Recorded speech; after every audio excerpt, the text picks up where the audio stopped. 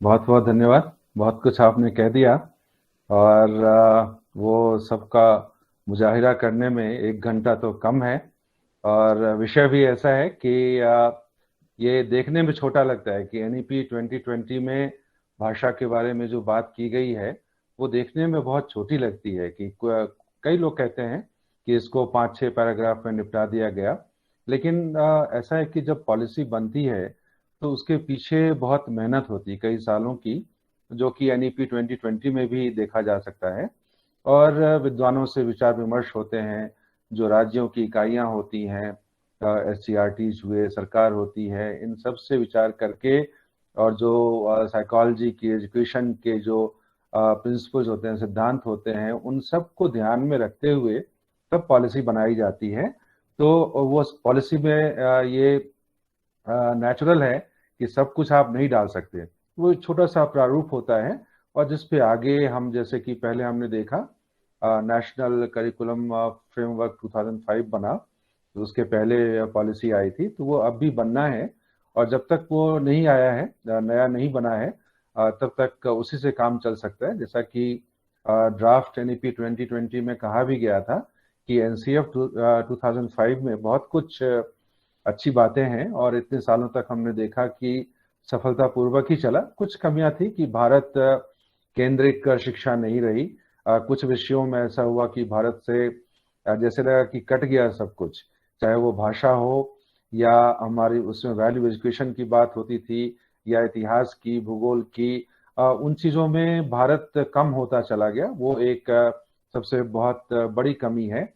और दूसरी कमी जो थी पहले की, भाषा के लिए कहा तो गया एनसीएफ 2005 में कि प्रथम भाषा, मातृभाषा की शिक्षा अलग तरीके से होगी और द्वितीय भाषा यानी सेकंड लैंग्वेज की शिक्षा अलग तरीके से होगी।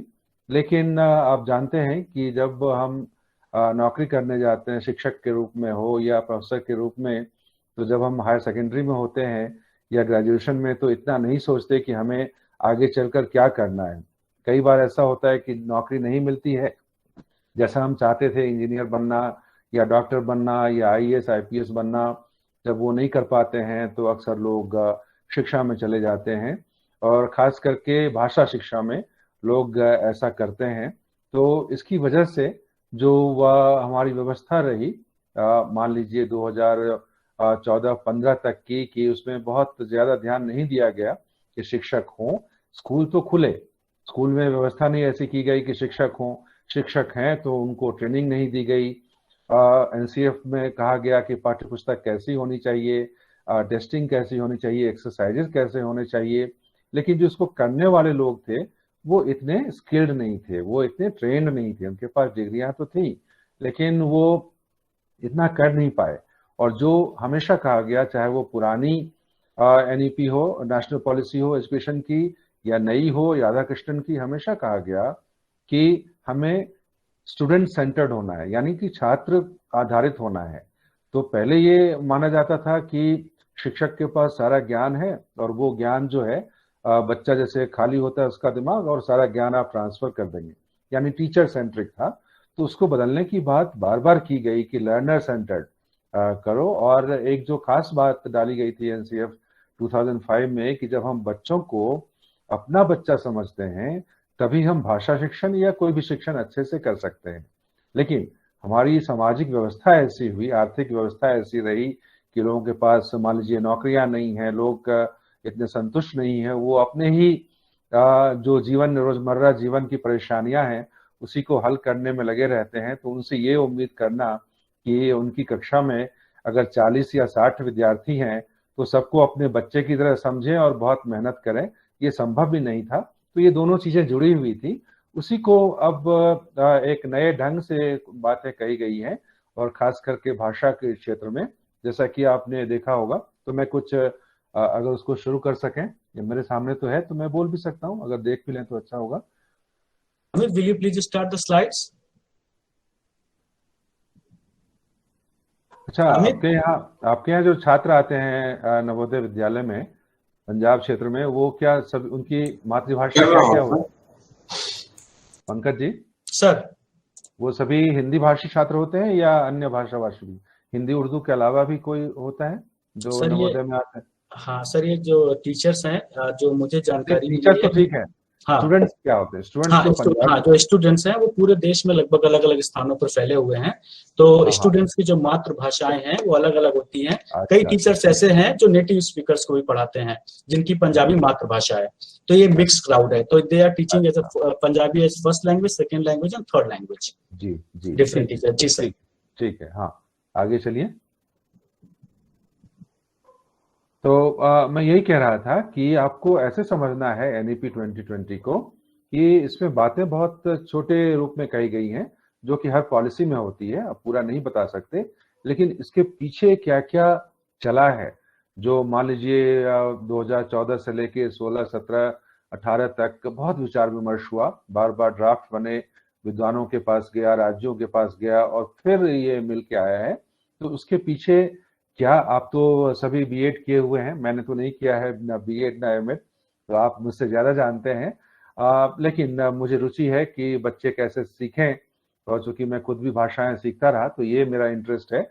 इसीलिए हो सकता है कि मेरा हाथ थोड़ा ऊपर हो, कि आपके पास डिग्री तो है, लेकिन उसको साइंस से, यानी लैंग्वेज साइंस से और टीचिंग से जोड़ने का वो इतना अनुभव ना हो, तो थोड़ा सा ही अलग होगा।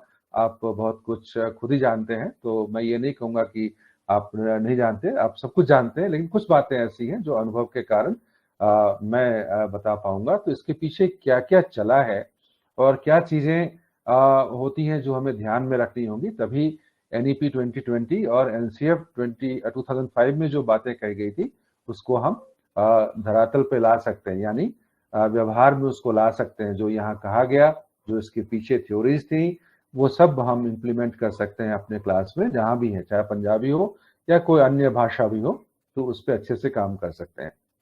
तो पहली बार इस पर इसमें जोर दिया गया है, पहले भी था ऐसा, हमारे संविधान में भी था कि मातृभाषा में कम से कम क्लास 5 तक पढ़ाई हो, प्राथमिक शिक्षा हो।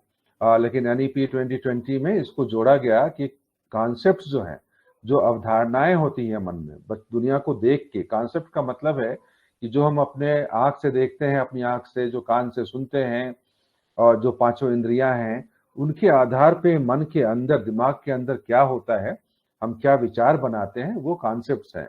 और वो सबसे अच्छा हम सभी जानते हैं, ये कहने की जरूरत नहीं है कि मातृभाषा में ही सबसे अच्छा होता है।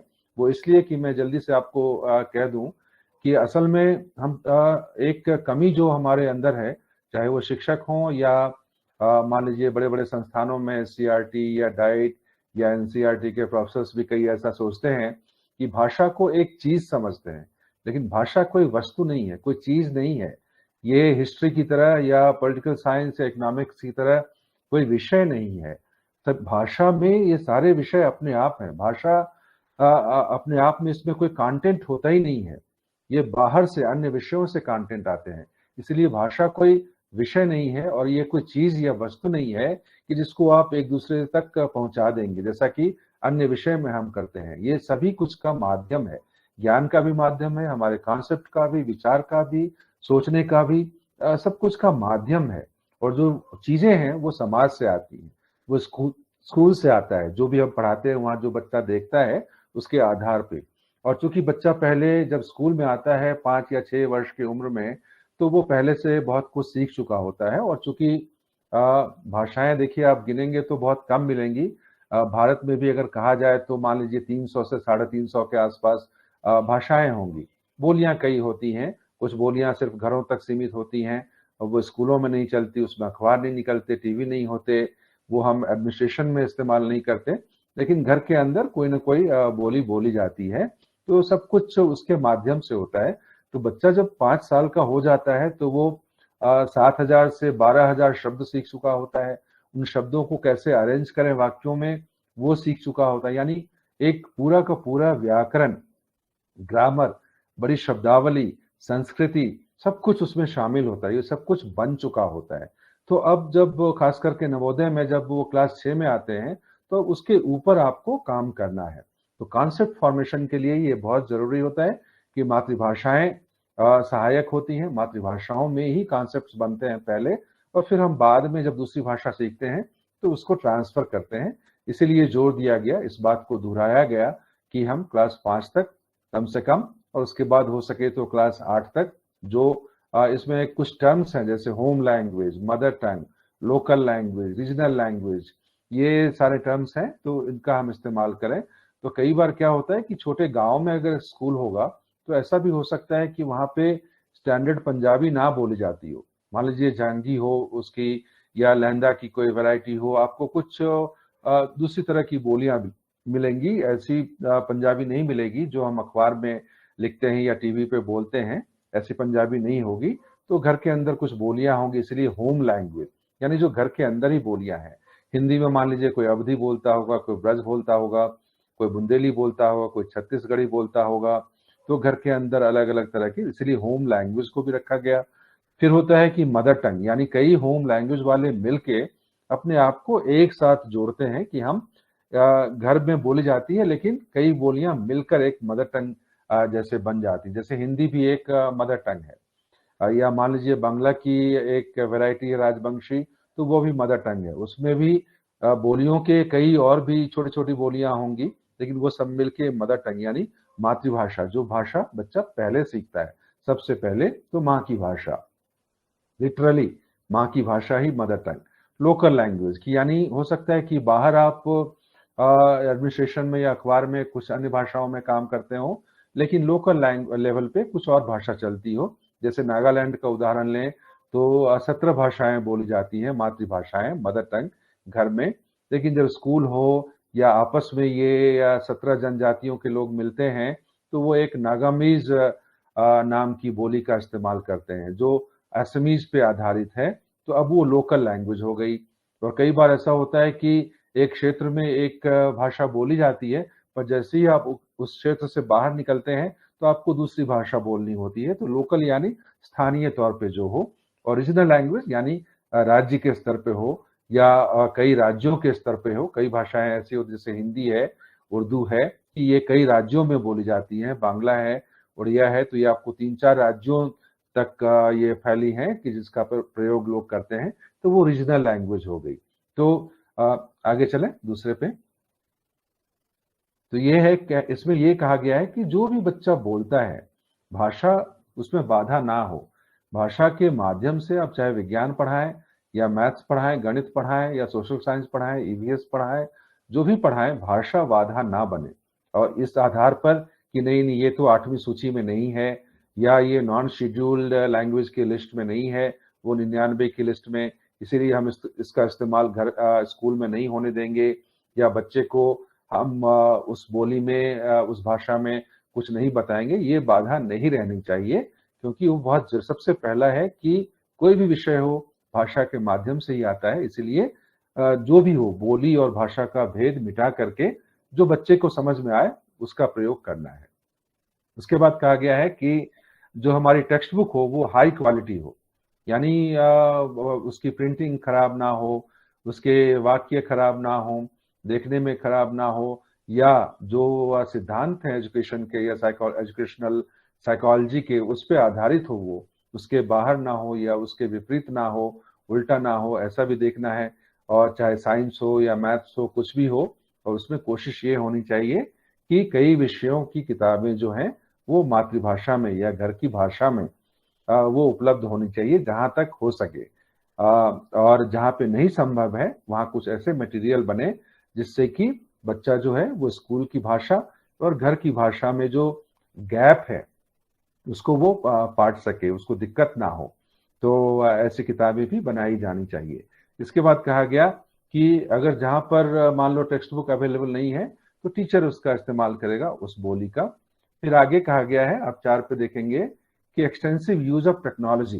टेक्नोलॉजी बहुत जरूरी है, और मैं आगे आपको बताऊंगा कि टेक्नोलॉजी कितनी जरूरी है, खास करके उस एरिया में, उस इलाके में जहाँ की मान लीजिए बच्चे जो है कई भाषाओं से आए हुए हैं, पंजाबी या कोई दूसरी भाषा उनकी मातृभाषा नहीं है, वहाँ पे टेक्नोलॉजी का इस्तेमाल बहुत जरूरी होता है।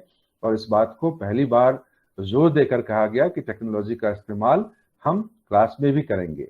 और इसके बाद फिर कहा गया कि 3 लैंग्वेज फॉर्मूला का इस्तेमाल हमेशा कहा जाता रहा 1961 से लेकर के आज तक, लेकिन NEP 2020 ने इस पर जोर दिया कि हम थ्री लैंग्वेज फार्मूला को चालू रखेंगे और इसको अच्छी तरह से इम्प्लीमेंट करेंगे। और बाकी चीजें हैं कि कोई भाषा किसी पर लादी नहीं जाएगी वगैरह वगैरह। तो थ्री लैंग्वेज फार्मूला के पीछे मैं अभी बता दूं आपको, अवधारणा ये थी कि देखिए क्या होता है कि भारत एक बहुभाषिक देश है।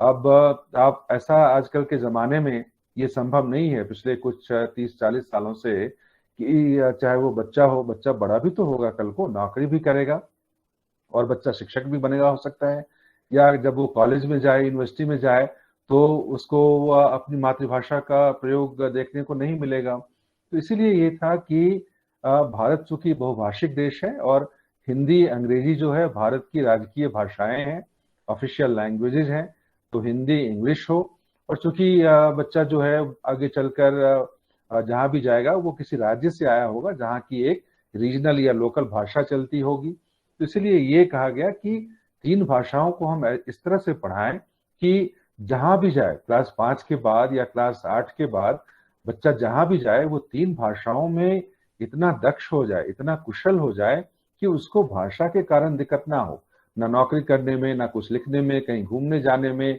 कहीं भी दिक्कत ना हो।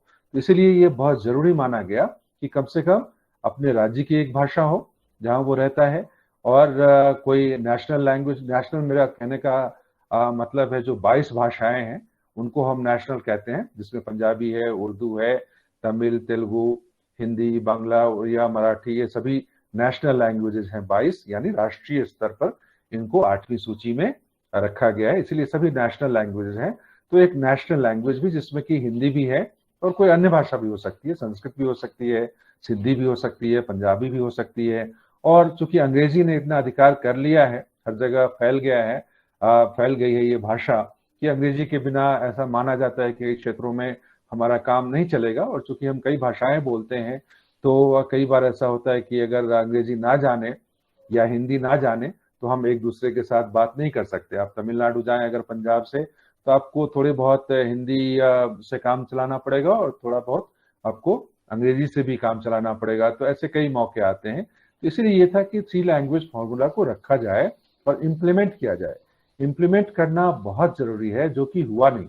1961 से लेकर के अभी तक, आज तक हुआ नहीं। कई राज्यों में सिर्फ 2 भाषाएं चली, कई राज्यों में 4 भाषाएं हो गई, कई राज्यों में कहने को तो 3 है नंबर में, लेकिन वो ऐसी भाषाएं हैं जैसे मान लीजिए हिंदी और छत्तीसगढ़ी, तो वो एक ही परिवार की भाषाएं हैं और एक ही ग्रुप की भाषाएं हैं।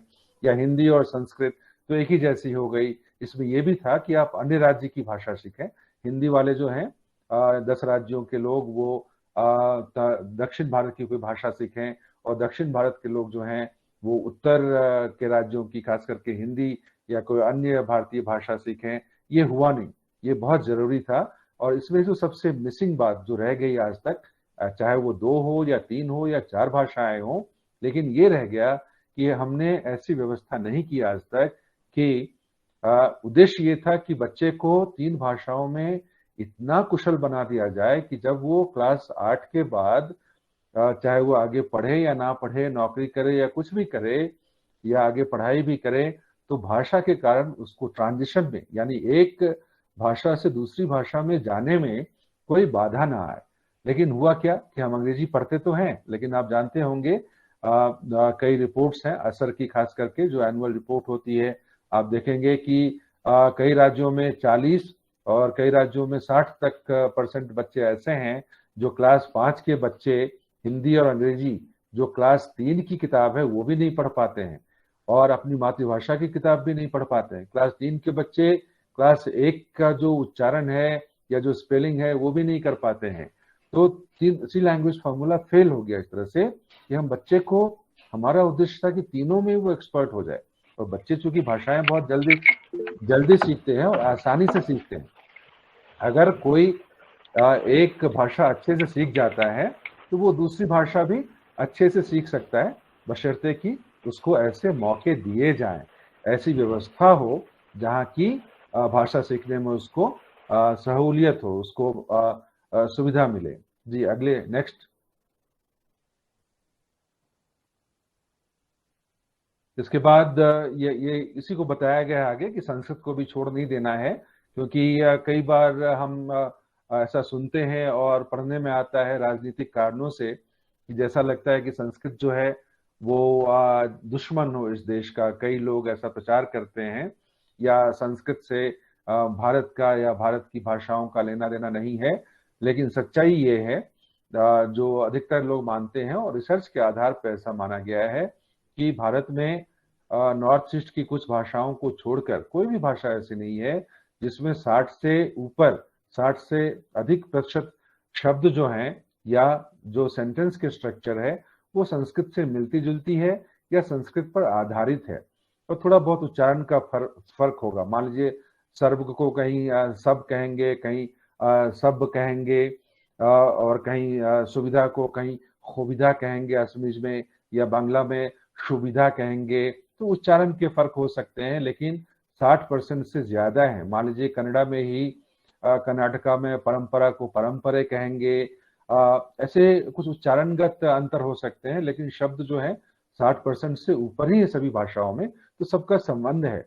और एक समय ऐसा था, आज से मान लीजिए 2000 से 2500 साल पहले तक, कि जब भारत में जो लिटरेचर की भाषा थी और जो धर्म की भाषा थी और जो सभी लोग समझते थे, वो 3-4 भाषाएं ही थी, और जिनमें संस्कृत थी, तमिल का एक रूप रहा होगा, या संताली जो आदिवासी भाषा है झारखंड की, उड़ीसा की, तो संताली रही होगी। ऐसी भाषाएं रही होंगी। तो संस्कृत का योगदान है, इसलिए इसको नहीं भूलना है। क्योंकि जो हमारे व्याकरण की परंपरा आई, जो ज्ञान का है, जो सूक्तियां हैं, जो अच्छी बातें हैं, सिर्फ उसको अगर लेने की बात हो तो संस्कृत और तमिल को छोड़ा नहीं जा सकता है। क्योंकि ये दुनिया की सबसे पुरानी भाषाओं में से एक है।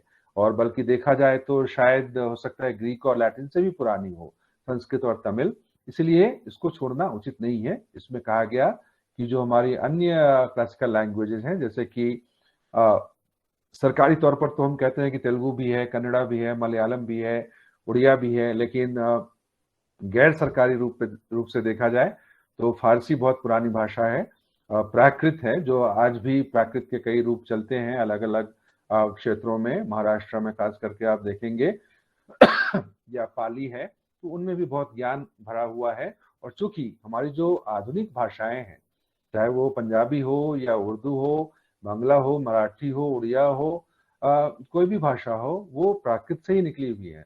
दक्षिण की आधुनिक भाषाएं भी प्राकृत से ही आगे बढ़कर फिर वो मॉडर्न इंडियन लैंग्वेजेस बनी।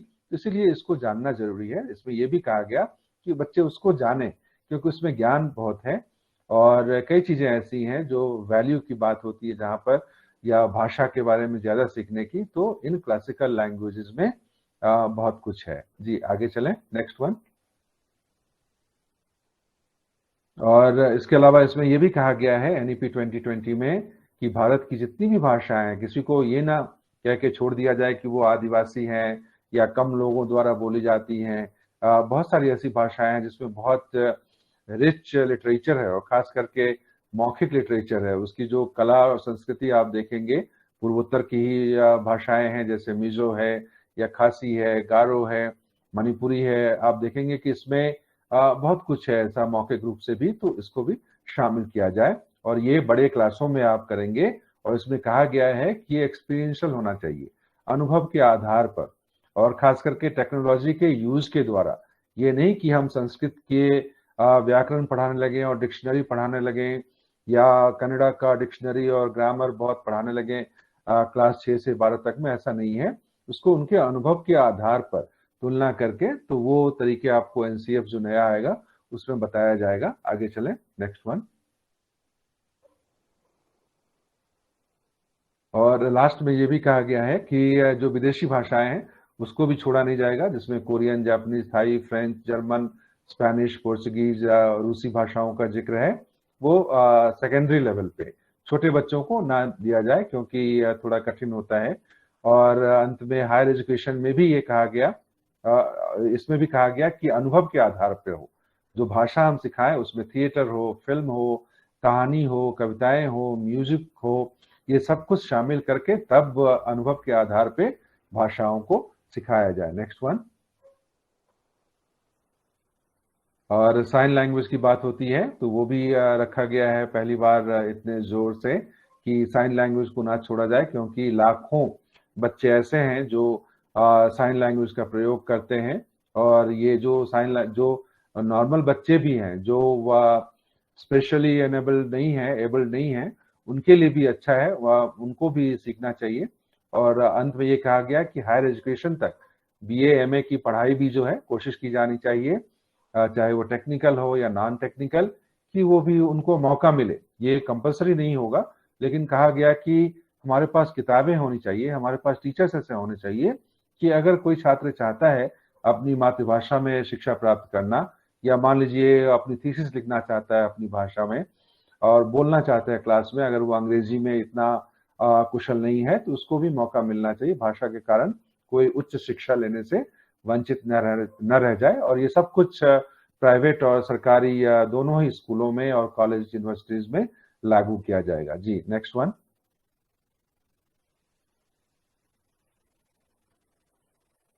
जो अब जैसा कि मैंने पहले इशारा किया था कि होता क्या है कि जो गलती रह गई, जो हम नहीं कर पाए, चाहे वो सब कुछ तो था हमारे पास, SCRTs हैं, डाइट्स हैं, NCRT है, CSTT है, CIL, बहुत सारी संस्थाएं हैं, संस्थान हैं जिन्होंने देखना था कि जो शिक्षा का है, भाषा शिक्षा का काम अच्छे से इम्प्लीमेंट किया जाए।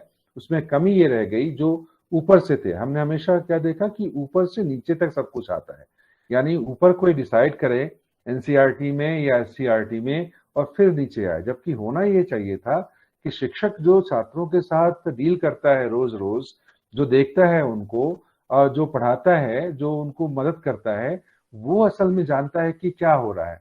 जो ऊपर में बैठे हुए जो स्कूल गए नहीं, सिर्फ थ्योरीज पढ़े हैं तरह तरह के और किताबें पढ़ी हैं, उनको इतना नहीं मालूम होगा जितना कि शिक्षक जानता है या एक स्कूल का हेडमास्टर या प्रिंसिपल जानता है।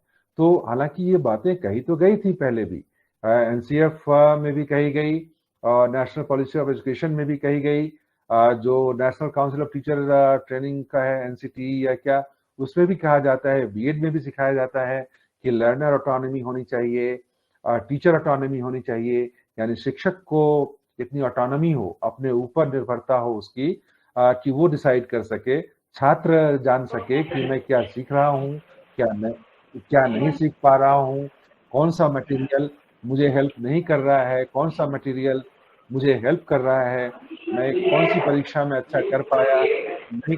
कोई आवाज, यादविंदर कौर जी।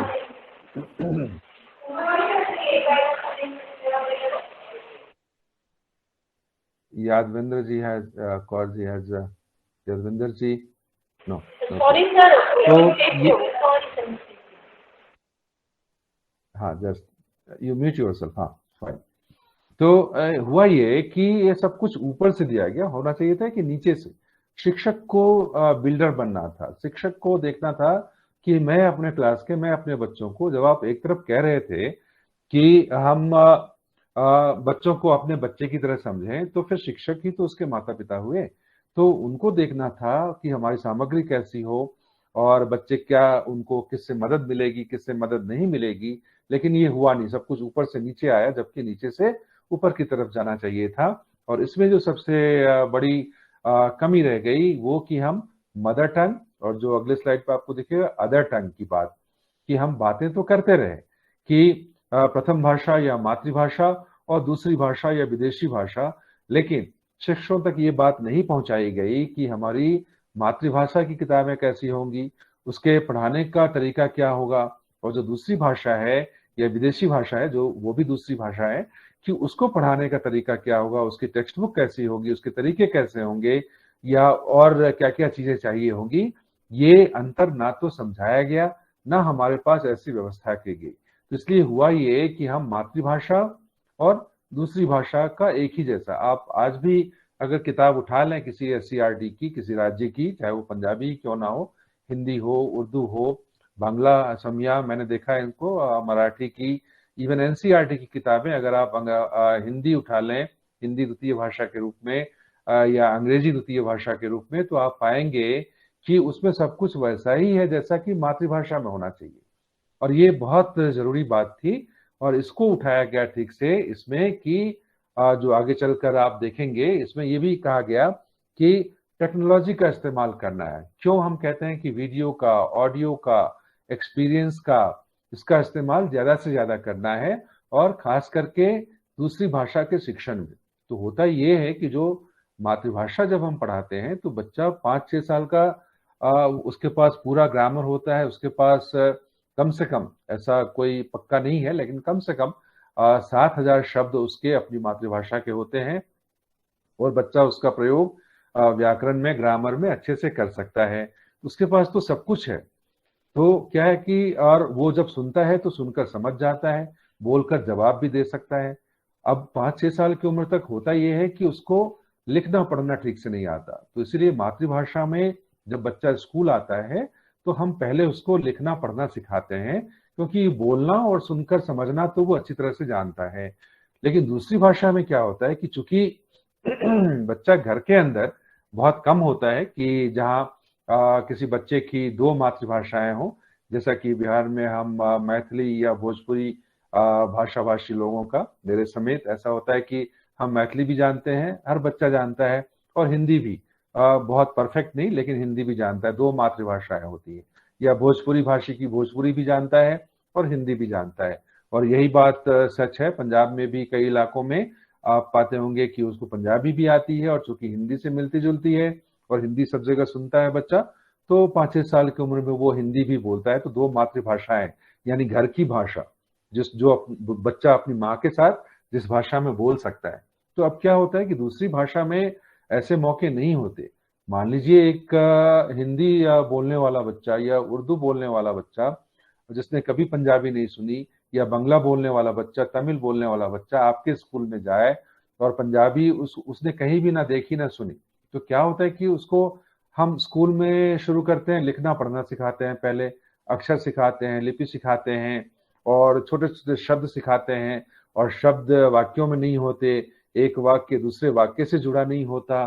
तो वो बहुत वही जैसा मैंने पहले कहा कि भाषा को हम एक चीज समझते हैं कि ये चीज है, और या हिस्ट्री की तरह एक विषय है, इसमें कुछ मेरे दिमाग से उसके दिमाग में डाल देना है। लेकिन वास्तव में ऐसा नहीं होता। दूसरी भाषा भी सब कुछ उसमें वैसा ही होता है जैसा कि मातृभाषा में होता है। अंतर सिर्फ ये होता है कि दूसरी भाषा सुनने का, बोलने का, देखने का बच्चे को मौका नहीं मिला होता है। इसीलिए उसको हम लिखना पढ़ना सिखाने की बजाय पहले उसको सुनना, कुछ सुने और फिर बोलना, छोटे छोटे वाक्य, छोटे छोटे शब्द बोले वो, और तब आगे चलकर 2-3 साल के बाद लिखना पढ़ना सिखाएं। और इस बात को एनईपी 2020 में बहुत जोर देकर कहा गया। इसीलिए हम आंगनबाड़ी से जोड़ने की बात करते हैं, या शुरू में लिटरेसी की बात करते हैं, जहां पर क्या होगा कि 2-3 साल तक ओरल होगा। तो उसमें क्या होगा कि ओरल क्यों जरूरी है, ये भी आपको समझना जरूरी है कि हम जैसा मैंने पहले कहा कि भाषा कोई चीज नहीं है, कोई विषय नहीं है। इसलिए होता ये है कि हम जो सुनते हैं कान से और देखते हैं वो अक्षर नहीं होते, वो शब्द नहीं होते, वो वाक्य ऐसे नहीं होते कि जैसे क, ह और आ तो कहा हो गया, या मान लीजिए TABLE, तो हमारे कानों से इंग्लिश का टी, फिर ए गया, फिर बी गया, फिर एल गया, फिर ई गया, ऐसा नहीं होता है। ये सब बदल जाते हैं ध्वनियों में, साउंड्स में।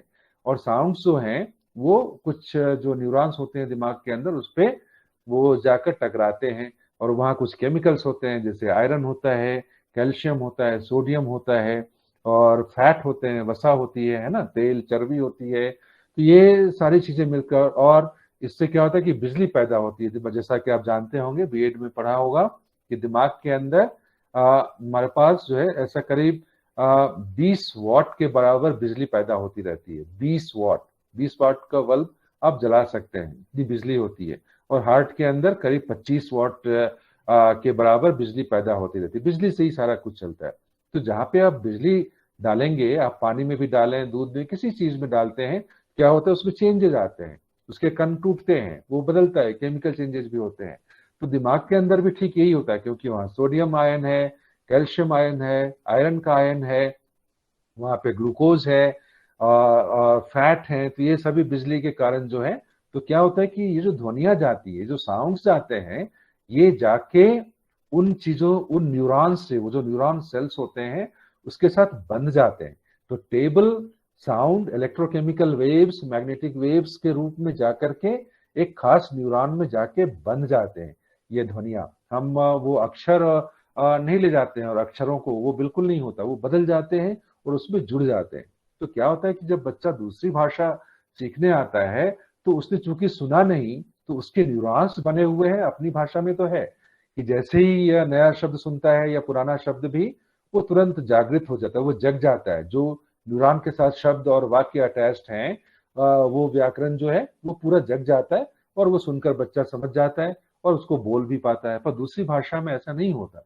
इसीलिए आपको सबसे पहले दूसरी भाषा में क्या है कि उसको सुनाना है, सुनते सुनते, और फिर वो जब बोलेगा भी, तो इस तरह से प्रैक्टिस करते करते करते क्या होगा कि ये जो दूसरी भाषा के शब्द हैं, क्योंकि कॉन्सेप्ट तो उसके पास है ही ऑलरेडी, कॉन्सेप्ट तो पहले से है कि पानी क्या है, दूध क्या है, टेबल क्या है, लड़का क्या है, लड़की क्या है, आना क्या है, जाना क्या है, मैं क्या है, वो क्या है, ये तो जानता है। अब आपको सिर्फ ये करना है कि दूसरी भाषा में वो समझ जाए कि हम वो नहीं कह के पंजाबी में वो कहेंगे, है ना, या तू, तू तो होगा सिंगुलर में, लेकिन तुसी हो जाएगा, तुसी हो जाएगा, है ना। तो ये आपको बदलना है उसमें। हम कहते हैं ये मेरे दोस्त, ये ने कहते हैं, हिंदी में है कहते हैं। तो आपको क्या करना है, ये सुनाते सुनाते उसको जो है वो दिमाग में अटैच्ड हो जाएगा, कॉन्सेप्ट पहले से है उसके पास। वो जो नई भाषा के शब्द हैं उसको सुन सुनकर वो ब्रेन में न्यूरॉन्स के साथ अटैच्ड हो जाएंगे, और जब जरूरत पड़ेगी तो वो जग जाता है, क्योंकि अपनी मातृभाषा में ये काम बच्चा अच्छे से कर पाता है, तो इसलिए दूसरी भाषा में भी कर पाएगा। तो एक ही स्किल, जो काम वो मातृभाषा में कर सकता है वही काम दूसरी भाषा में भी कर सकता है, क्योंकि व्याकरण, ग्रामर जो है एक भाषा का दूसरी भाषा से बहुत अलग नहीं होता है। उसके जो, हम कहते हैं, इसको टेक्निकली कहते हैं प्रिंसिपल, यानी सिद्धांत तो वही है कि पहले मान लो किसी भी वाक्य में एक करने वाला होगा, है ना, सब्जेक्ट होगा या कर्ता होगा, और वो कोई व्यक्ति जो काम करेगा वो किसी चीज पर करेगा तो एक ऑब्जेक्ट होगा, कुछ बोलेगा तो कोई चीज निकलेगी मुंह से तो एक ऑब्जेक्ट होगा, और कोई एक्शन होगा या काम करने का भाव होगा तो कोई वर्ब होगा। यही तो होता है सभी भाषाओं में। तो प्रिंसिपल वही है, सिद्धांत तो वही है। अब सिर्फ क्या है कि उसके आइटम बदल जाते हैं। जब हम कहते हैं रोटी, मान लीजिए कहते हैं, तो रोटी कॉन्सेप्ट वही है। अब वो बाजरे की रोटी हो सकती है, मक्के की रोटी हो सकती है, चावल की रोटी हो सकती है, किसी और का, आइटम्स बदल जाएंगे, लेकिन रोटी जो कॉन्सेप्ट है वो वही है। नाउन जब हम कहते हैं तो नाउन का कॉन्सेप्ट वही है, जो पंजाबी में है, हिंदी में है, इंग्लिश में है, वही है। सब्जेक्ट वही है, करने वाला। वर्ब वही है कि जिस जो एक्शन को बताए। अब सिर्फ वो होगा कि आइटम बदल जाएंगे, कहीं पे आप जा कहेंगे, हिंदी में आप जाना कहेंगे, पंजाबी में आप जाना कहेंगे, है ना। हिंदी में आप लेना कहेंगे, पंजाबी में आप लेना कहेंगे, है ना, ना हो जाएगा कहीं पे। इंग्लिश में टेक हो जाएगा, गिव हो जाएगा, देना हो जाएगा, गो कम, आइटम बदल जाएंगे, पर प्रिंसिपल्स वही रहते हैं, सिद्धांत वही रहते हैं। तो बच्चे को तो अपनी मातृभाषा का पूरा व्याकरण और 7 से 12 हजार शब्दों के कॉन्सेप्ट, जैसे कि हवा क्या है, पानी क्या है, घर क्या है, ईंट क्या है ना, खाना क्या है, रोटी क्या है, चावल क्या है, ये तो कॉन्सेप्ट सारे उसके पास है ही ऑलरेडी। जोड़ना क्या है, घटाना क्या है, एक क्या है, दो क्या है, 10 क्या है, 100 क्या है, ये सारे कॉन्सेप्ट उसके पास हैं। आपको सिर्फ उस सिद्धांत में कुछ नए आइटम्स बिठा देने हैं। और जब आप पंजाबी पढ़ाते हैं और या हिंदी से मिलती जुलती भाषाएं, तब तो और भी मुश्किल नहीं है। और भारतीय भाषाओं में सभी में आप देखेंगे, दो को छोड़कर, कश्मीरी और खासी जो यहाँ शिलांग में बोली जाती है, कि इसमें ये होता है सिर्फ कि हम अंग्रेजी की तरह सब्जेक्ट होता है, फिर वर्ब होता है, और फिर ऑब्जेक्ट होता है। बाकी सभी भाषाओं में सब्जेक्ट होगा, फिर ऑब्जेक्ट होगा, फिर वर्ब होगा। जैसे मैं घर जाऊंगा, तो मैं सब्जेक्ट, घर ऑब्जेक्ट, और जाऊंगा वर्ब। ये सभी भाषाओं में होता, कश्मीरी और खासी को छोड़कर। उसमें होगा मैं जाऊंगा घर, आई विल गो, इंग्लिश की तरह होम। तो ऑब्जेक्ट बाद में आता है। कश्मीरी में भी कई ज्यादातर ऐसा होता है, हमेशा नहीं। तो अब क्या है कि ये सब कुछ इतना मिलता जुलता है हमारा। तो बोलना सेकेंड लैंग्वेज में क्या है कि हमें पहले बोलना और सुनकर समझना सिखाना है। और वो कैसे होगा कि शब्द जो है उसको कान से सुनना है और शब्दों को एक दूसरे से जोड़कर वाक्यों में प्रयोग करना है। और वाक्यों में कैसे वाक्य में प्रयोग करना है वो हम आगे आपको बताते हैं कि क्या क्या ख्याल रखना है आपको ऐसे वाक्य में। देखिए, हर भाषा में क्या होता है कि चाहे वो मातृभाषा हो या दूसरी भाषा, कुछ उम्र तक, मान लीजिए 6 7 8 की उम्र तक जो है वो सब कुछ कॉन्टेक्चुअलाइज्ड होता है, यानी जो आंखों के सामने है जिसे हम देख सकते हैं उन्हीं के बारे में ज्यादा बात कर सकते हैं। यानी ये क्या है, वो क्या है, ये घर अच्छा है, दूध सफेद है ना, पानी ठंडा है। तो जो कॉन्टेक्स्ट सामने है उसी में। लेकिन जैसे जैसे बच्चा बड़ा होता है तो भाषा में ये बहुत जरूरी है कि उस कॉन्टेक्स्ट से बाहर निकल के बात करना, यानी जो चीज हमारी आंखों के सामने नहीं है उसके बारे में भी हम बात कर सकें।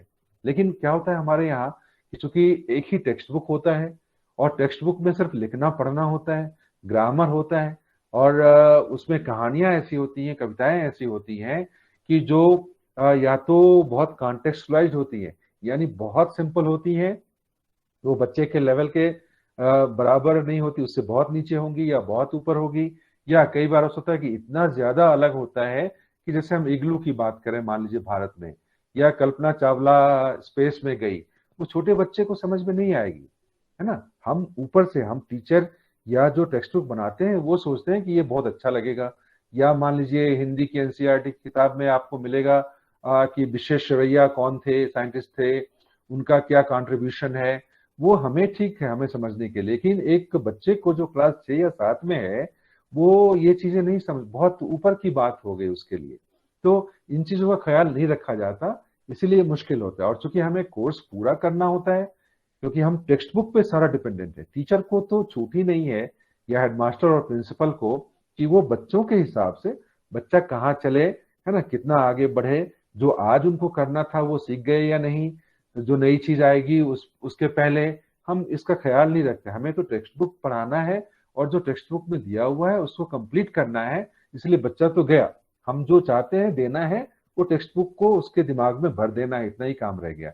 ये गलती हम करते आए सालों साल, और इसीलिए हमारी ना इंग्लिश टीचिंग अच्छी हुई भारत में। आप देखिए लोग हायर सेकेंडरी तक और बीए तक इंग्लिश पढ़ते हैं, लेकिन वो सिर्फ कॉन्टेक्चुअलाइज रह जाता है, यानी what is this, where you want to go, can I buy a ticket, इतने से काम नहीं चलता। भाषा का मतलब है कि बहुत कुछ कर सके, अपने से सोच सके, जो नया विषय है, नया टॉपिक है, उस पर भी लेटर लिख सके, उस पर भी ऐसे लिख सके, कोई नई फिल्म देखी या कोई ऐसा लेक्चर सुना जो उसने पहले वो शब्द नहीं सुने होंगे या वो वाक्य नहीं सुने होंगे, तो उसको वो सुनकर उस विषय के बारे में सीख लेना, समझ लेना, तभी तो होगा।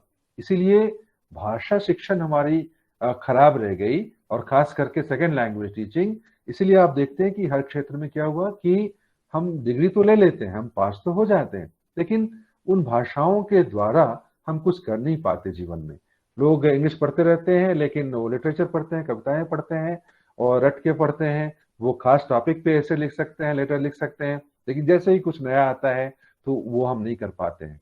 तो स्किल स्किल स्किल का मतलब ये नहीं था भाषा में कि आपने सुना, वो सुनना, कान से सुनना और समझना वो अलग चीज है। स्किल का है कि प्रोडक्टिव यूज करना, जिसको हम टेक्निकली कहते हैं।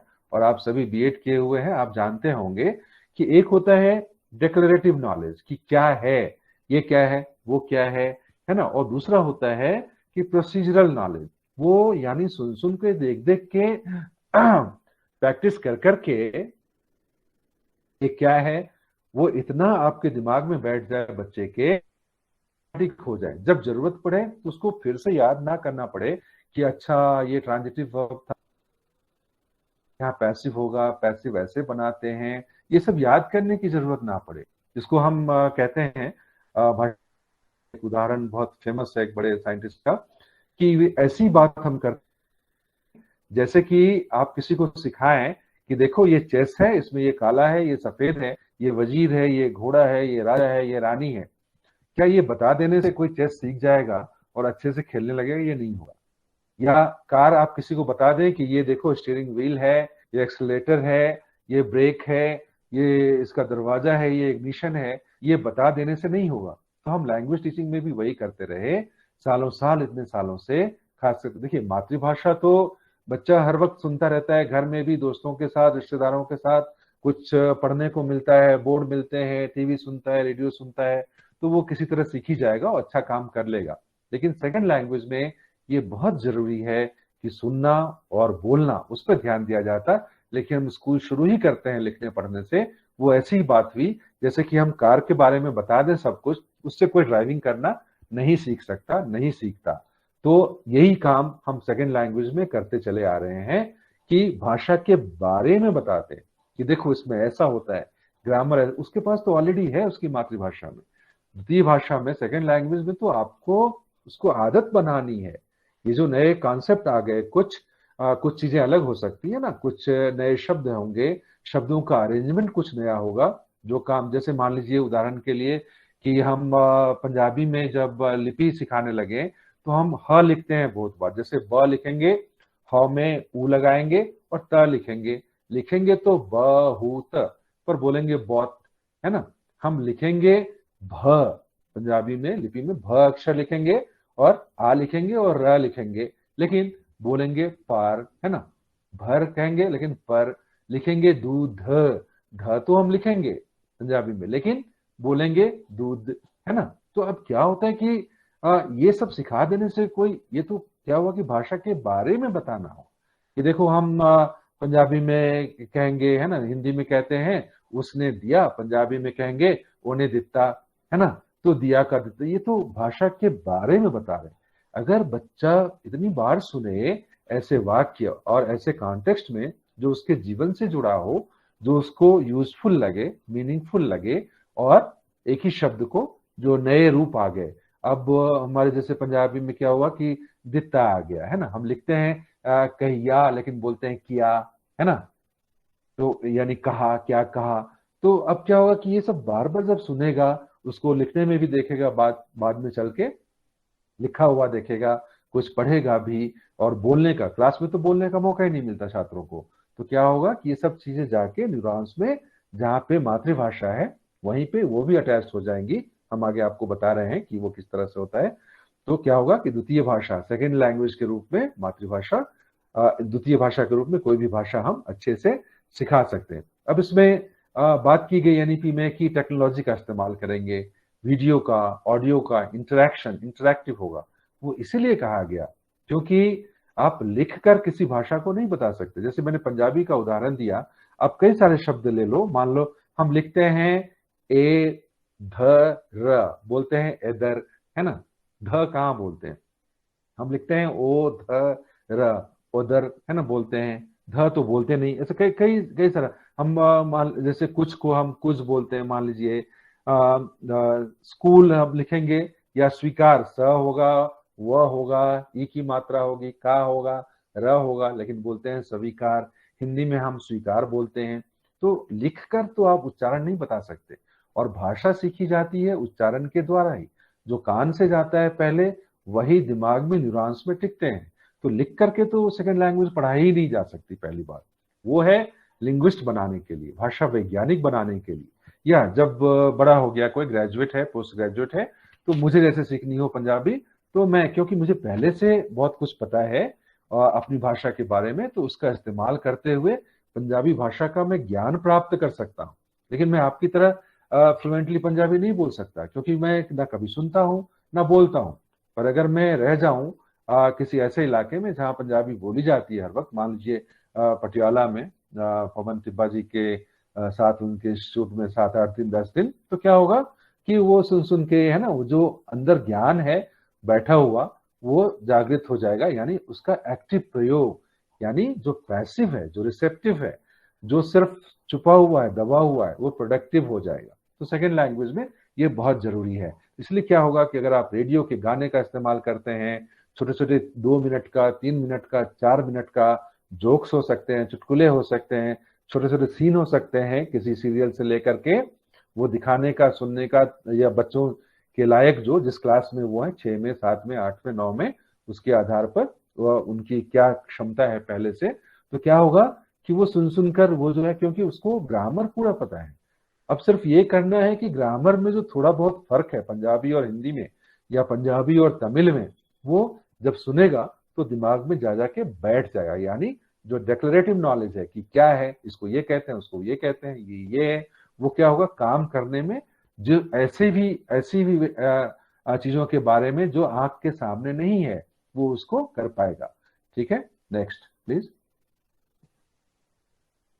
तो इसी को जो गलती हम करते आए, देखिए आपको एनसीईआरटी हो या कोई भी संस्था हो, वो बात करेंगे कि लैंग्वेज एक्विजिशन क्या होता है, यानी अधिगम क्या होता है, और लैंग्वेज लर्निंग यानी भाषा सीखना क्या होता है, वो बताएंगे आपको सब कुछ थ्योरी।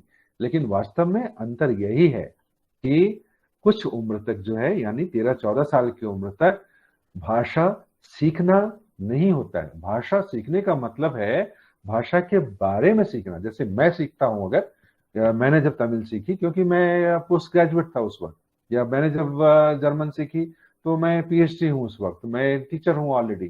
तो वो भाषा सीखना है, यानी भाषा के बारे में कैसे, इसमें जेंडर इसको कहते हैं, मैस्कुलिन इसको कहते हैं, ट्रांजिटिव वर्ब इसको कहते हैं, इंट्रांजिटिव क्या होता है, ये सीखने की छोटे बच्चे को और भाषा के प्रयोग के लिए जरूरत ही नहीं है। बिल्कुल आप बगैर ग्रामर का कोई भी टर्म इस्तेमाल किए हुए दूसरी भाषा पढ़ा सकते हैं। वो इसलिए कि मातृभाषा में उसको पूरा ग्रामर पता है।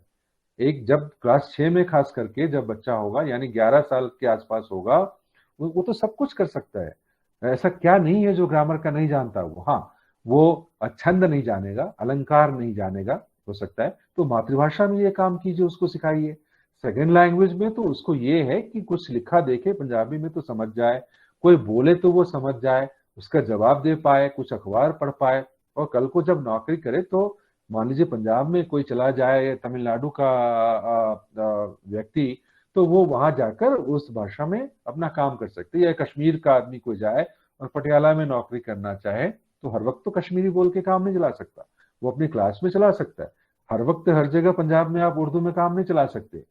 काफी सिमिलर है, फिर भी उच्चारण में फर्क होता है, उसके शब्दों में फर्क होता है उर्दू और पंजाबी में। तो ये काम कर लेने की जो क्षमता है वो एक्विजिशन। एक्विजिशन का मतलब ही है कि ठीक मातृभाषा की तरह शब्द और शब्दों का वाक्यों में प्रयोग सुन के जो कान से गया, वो न्यूरॉन्स में ब्रेन के अंदर जो करीब 100 बिलियन 100 बिलियन न्यूरॉन्स होते हैं, और वो करीब 300 ट्रिलियन, सोचिए कई गुना ज्यादा, वो एक दूसरे से जुड़े होते हैं, जहां वो न्यूरॉन्स एक दूसरे को संदेशे देते हैं। ये जो साउंड जाती है ना वेव्स के रूप में, वो एक से दूसरे में जाती हैं और वो धीरे धीरे अटैच होती जाती हैं। तो ये काम जब तक सुनकर बोलकर नहीं होगा तो तब तक नहीं हो सकता। इसीलिए एक्विजिशन वो है कि सेकेंड लैंग्वेज में भी आप मातृभाषा की तरह ऐसी परिस्थितियां बनाएं, ऐसे मौके बच्चे को दिए जाएं कि ठीक मातृभाषा की तरह वो दूसरी भाषा का अधिगम कर सके, यानी वो उसके न्यूरॉन्स का, उसके दिमाग का हिस्सा बन सके। और मातृभाषा में क्या होता है, पहले आप कोई भी माँ अपने बच्चे को मातृभाषा में, चाहे वो पंजाबी बोलने वाली माँ हो या उर्दू बोलने वाली या तमिल या बांग्ला बोलने वाली माँ, हिंदी बोलने वाली, कभी नहीं कहती कि बेटा, मान लीजिए बच्चे ने कह दिया है ना कि मान लीजिए उसने कह दिया कि एक लड़की को देख के कह दिया कि वो गया, लड़की को कह दिया, होना चाहिए था वो गई, लेकिन उसकी जगह कह दिया अगर वो है ना वो गया, तो कोई माँ नहीं कहती कि बेटा नहीं, ये स्त्रीलिंग है, लड़की है ना, इसीलिए गया का रूप जो है वो गई हो जाएगा। और मैं जाऊंगा, लेकिन है ना, मैंने दिता कहेंगे तो दिया ने लगाएंगे, क्योंकि यहाँ पे जो है सब्जेक्ट जो है वो एक्टिव है और वर्ब ट्रांजिटिव है। पास्ट टेंस में कोई माँ नहीं कहती ऐसा कि ये मैस्कुलिन है, ये फेमिनिन है, ये सिंगुलर है, कि बेटा हिंदी की तरह मत बोलो, पंजाबी में हम ताजा कहेंगे अगर एक होगा तो, मैस्कुलिन कोई चीज होगी जैसे ताजे केले है ना, तो ताजे कहेंगे। लेकिन अगर कोई स्त्रीलिंग हो, हाँ जैसे जलेबी, तो ताजियां जलेबियां कहेंगे, ताजी जलेबियां नहीं कहेंगे। एक होगी तो ताजी जलेबी कहेंगे, कोई माँ ऐसे नहीं कहती। तो मातृभाषा में जब आप ये काम नहीं कर सकते और फिर भी आपका बच्चा जो है वो 5-7-6 साल की उम्र तक सारा व्याकरण जो बेसिक है, जो ग्रामर है, वो छंद अलंकार और रूपक और ना कि नायक नए प्लसक संधि वगैरह वगैरह, ये हो सकता है वो उतना अच्छा ना हो, आगे चलकर होगा। तो मातृभाषा में क्या होता है कि जो बेसिक ग्रामर है और जो शब्द है उसका प्रयोग है, जो कल्चर है, वो सारा कुछ बच्चा उस उम्र तक सीख जाता है। और कोई माँ बाप उसको कभी ना ग्रामर सिखाती है ना शब्द कि बेटा इसको ये कहते हैं वो कहते हैं। बच्चा गलतियां करता है, बोलता है, वो सुनता है। तो यही काम सेकंड लैंग्वेज पंजाबी में भी आपको करना है। और तब क्या होगा कि बच्चे को वो खुद से प्रयोग करने की क्षमता आ जाएगी ना। तो लैंग्वेज लर्निंग क्या है कि भाषा के बारे में सीखना, यही कि ये है, ये सिमिलर प्लूरल वगैरह वगैरह, और पास्ट टेंस में ये कहते हैं, फ्यूचर में ये कहते हैं।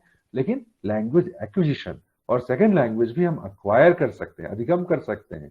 जैसा कि मैंने कहा कि मैथिली वाले जो है ना हिंदी सीख जाते हैं, या पंजाबी वाले जल्दी हिंदी सीख जाते हैं। क्यों? क्योंकि वो सुनते हैं। अगर हिंदी ना सीखे, अगर पंजाब में हिंदी उर्दू बोलने वाला कोई ना हो, सिर्फ पंजाबी हो, तो कोई पंजाबी हिंदी नहीं बोल सकता, उर्दू नहीं बोल सकता, क्योंकि वो सुनता है बार बार, जगह जगह उसको ऐसे मौके मिलते हैं।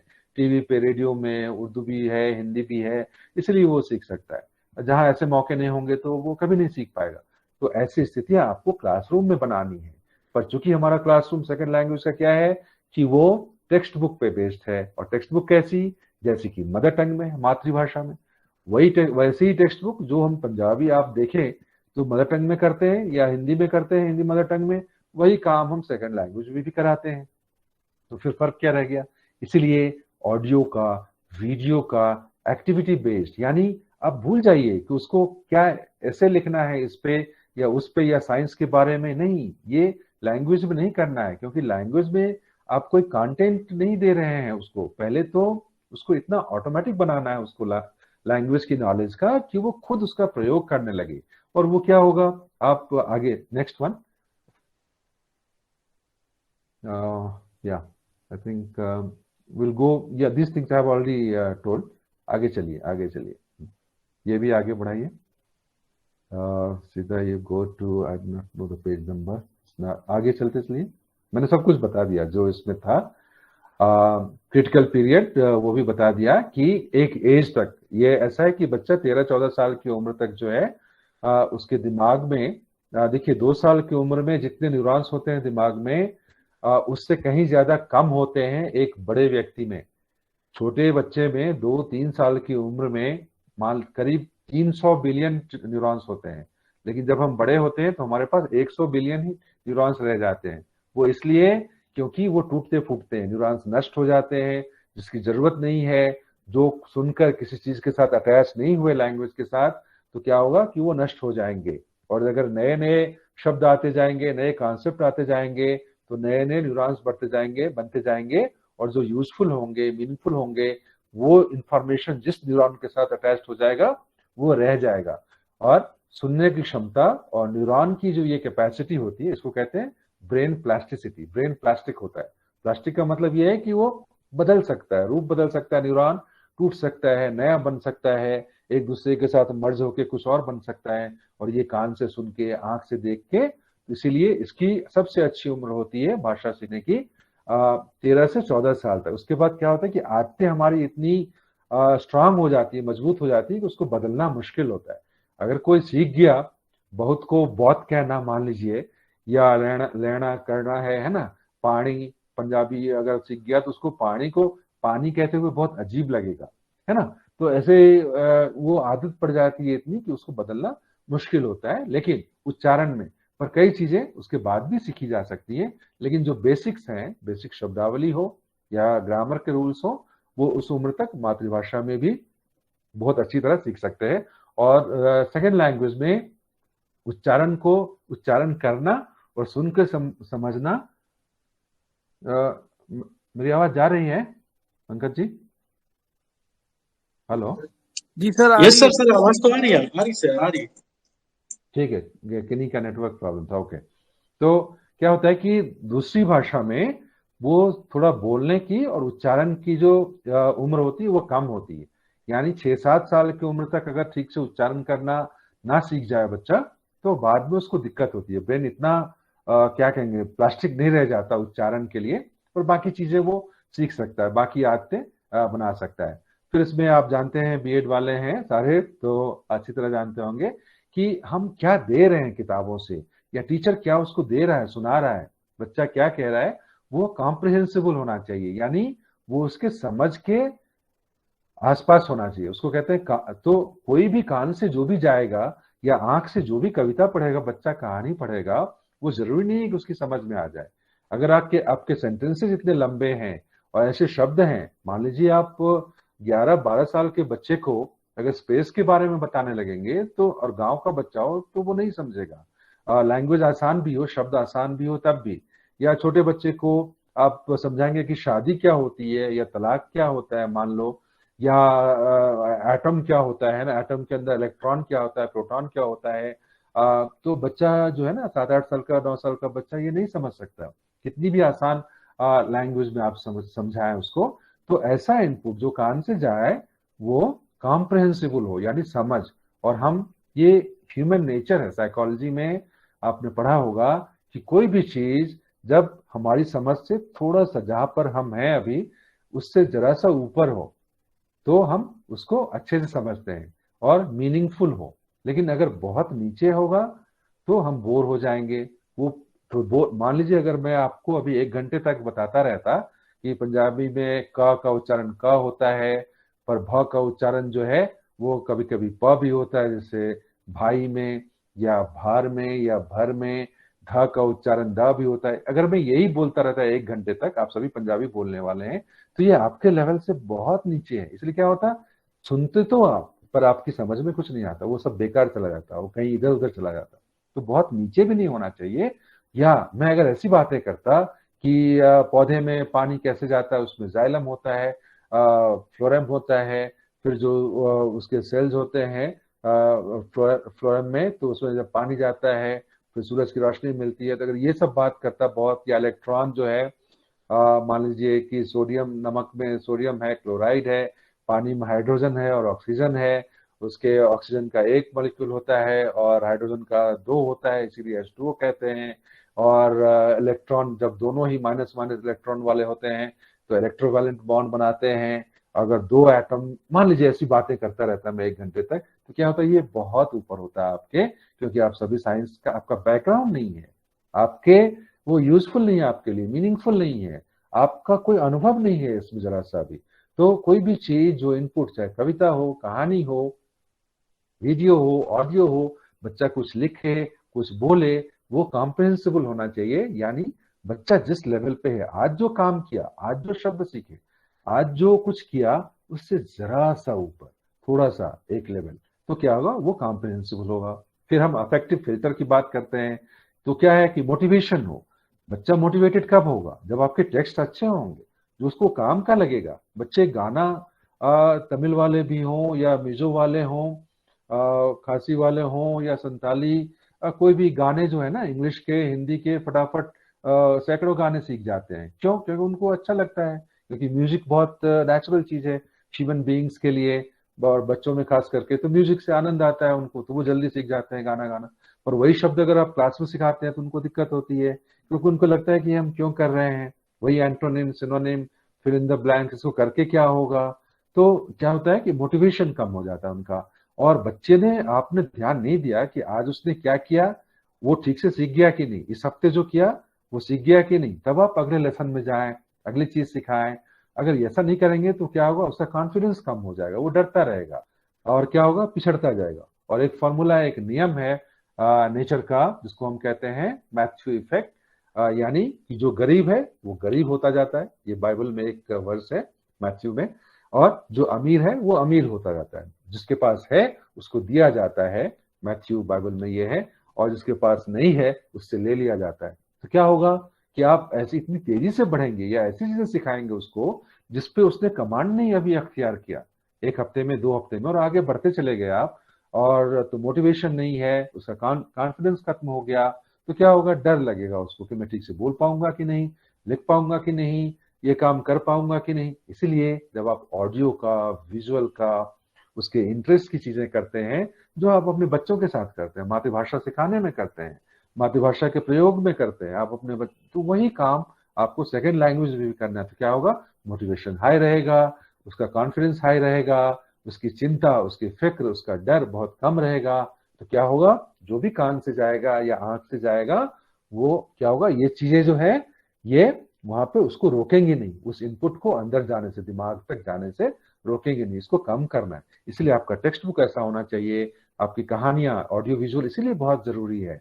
बच्चा खुद से करेगा कि चलो हम इसमें ये भरते हैं, इस कार्टून में खाली जगह छोड़ दी, अब इसमें ये भरते हैं, ये सुना हमने, चलो बताओ तो अगर तुम होते तो क्या बोलते उसको, या उसकी आवाज आपने म्यूट कर दी, ये क्या बोला होगा उसने, क्या और क्या होगा कि वो जोक्स होंगे, छोटी छोटी कहानियां होंगी जो उसके जीवन से जुड़ी हुई हैं।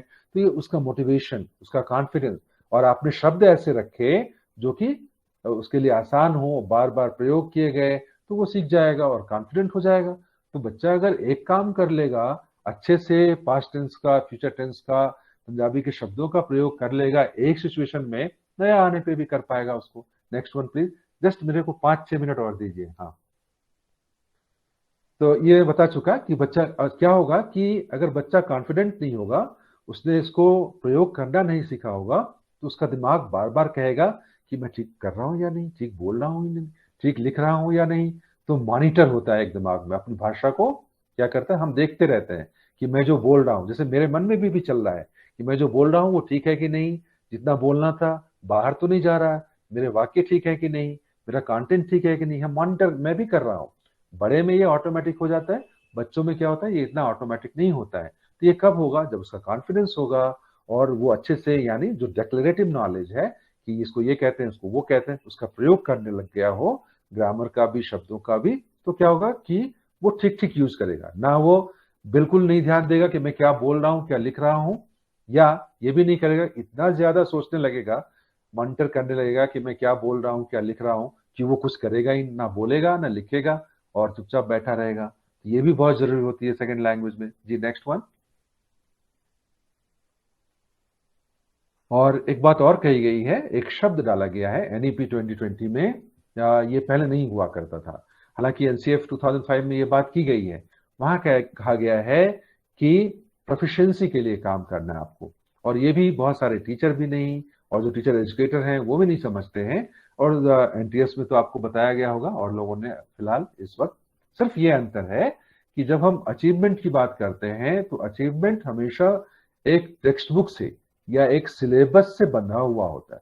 जो भी आप काम करें, चाहे आपका पढ़ाना हो या टेस्टिंग हो, इवैल्यूएशन हो, अगर वो टेक्स्ट बुक पे आधारित है या सिलेबस पे आधारित है तो वो अचीवमेंट है। यानी किताब में था कि रात का अपोजिट दिन होता है मान लो, या आकाश का सिनोनिम जो है वो आसमान भी होता है, धरती का पृथ्वी होता है, और आपने वही क्वेश्चन पूछ दिए, तो टेस्टिंग में क्या हुआ, ये अचीवमेंट हुआ, यानी जो बताया गया क्लास में वही हुआ। लेकिन प्रोफिशिएंसी में क्या होता है कि वो उस पे आधारित नहीं होता है, टेक्स्ट बुक पे नहीं होता है, कि वो इस पे आधारित होता है कि बच्चा जो कर रहा था, जो नए शब्द, जो कहानियां, जो वीडियो देखे उसने, ऑडियो देखे, खुद से एक्टिंग की, जो गाने बनाए उसने, खाली जगह को भरा गानों में, है ना, स्किट किए, ये सब करके जो वो सीखा, क्या उसका प्रयोग नई चीजों के लिए, नए सिचुएशन में कर सकता है कि नहीं। आपने सिखाया कि अपने मान लो कि गाय पर लेख लिखो, पर आपने पूछा उसको कि चलो अब भैंस पर लेख लिखो, तो वो कब लिख पाएगा, अगर उसको पता हो कि गाय जो है ज्यादातर छोटी होती हैं, भैंसें ज्यादातर काली होती हैं, गाय कई रंग के की होती हैं। तो ये क्या है कि अगर ये शब्द मालूम है उसको, और ये शब्दों को वाक्यों में अरेंज करना मालूम हो गया उसको 6 महीने में, जो टेक्स्ट बुक में नहीं था, पर नया विषय आया, फिर भी क्योंकि उसको इतना अनुभव हो गया शब्दों के साथ, वाक्यों के साथ, कल्चर का, और जो आपसे सुना, जो वीडियो में देखे उच्चारण का, कि वो नए सिचुएशन में भी अपनी भाषा, जो दूसरी भाषा है पंजाबी, उसका प्रयोग कर सकता है ना। आपने कुछ नई कहानी बताई तो वो खुद ही इतना एक्सपर्ट हो गया है कि वो सुन के जोड़ के, नया शब्द भी आने से, वो अच्छा, वो पानी डैश गया, तो पानी पढ़ने गया है ना, भरने गया, वो कोई थोड़ी कहेगा कि पानी है ना सुलाने गया। टेबल खा रहा है ना, टेबल पर मान लो टेबल घास खा रही है, कोई बच्चा ऐसा नहीं बोलेगा।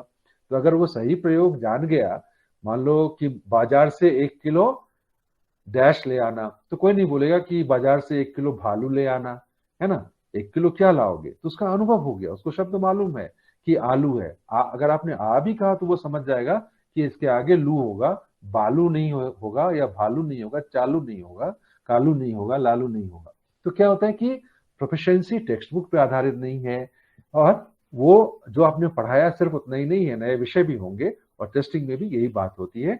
तो प्रोफिशिएंसी कि बच्चा जो भाषा सीख रहा है उसके साथ खुद क्या कर सकता है, जो उससे कहा गया क्या वो कर सकता है या नहीं आगे। तो इसलिए क्या होगा कि ये तभी होगा जब टीचर रोज रोज हर हफ्ते अपने दिमाग में ये सोचता रहे और देखता चले कि मैं जो पढ़ा रहा हूँ, बच्चा जो सीख रहा है, क्या वो आज का काम, इस हफ्ते का काम कर लिया, क्या उसने सीख लिया या नहीं, तभी आगे बढ़ूं। तो ये टीचर का काम होता है, ये ध्यान देना, तभी प्रोफिशिएंट होगा। अगर आपका ये उद्देश्य है कि टेक्स्ट बुक में ये था कि जैसे महात्मा गांधी का जन्म 2 अक्टूबर 1869 को हुआ, ये तो हिस्ट्री का है, ये भाषा से इसका कोई संबंध नहीं है।